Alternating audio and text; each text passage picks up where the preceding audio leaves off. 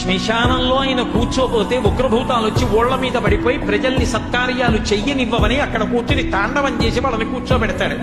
పార్వతీదేవి అడిగింది మహాభారతం అనుశాసనిక పర్వంలో, శుభ్రమైన కైలాసం ఉండగా, ఇంత ఐశ్వర్యం ఉండగా, చింతామణి గృహం ఉండగా శ్మశానంలో ఎందుకుంటున్నారని అడిగింది. అడిగితే ఆయన చెప్పాడు, పార్వతి బతికున్న నాళ్ళు అన్ని చోట్లకి వెడతారు, ఏమీ తోచట్లేదు, శ్మశానానికి వెళ్ళొద్దామని ఎవరు రారు పార్వతి.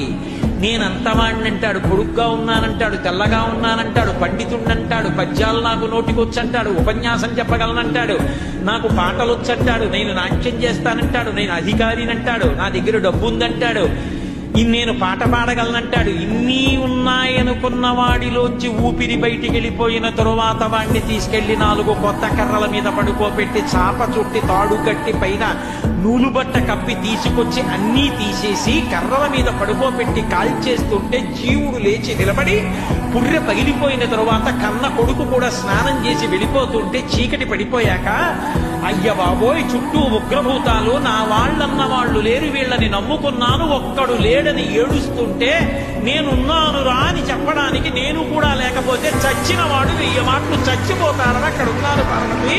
నా కర్మకాల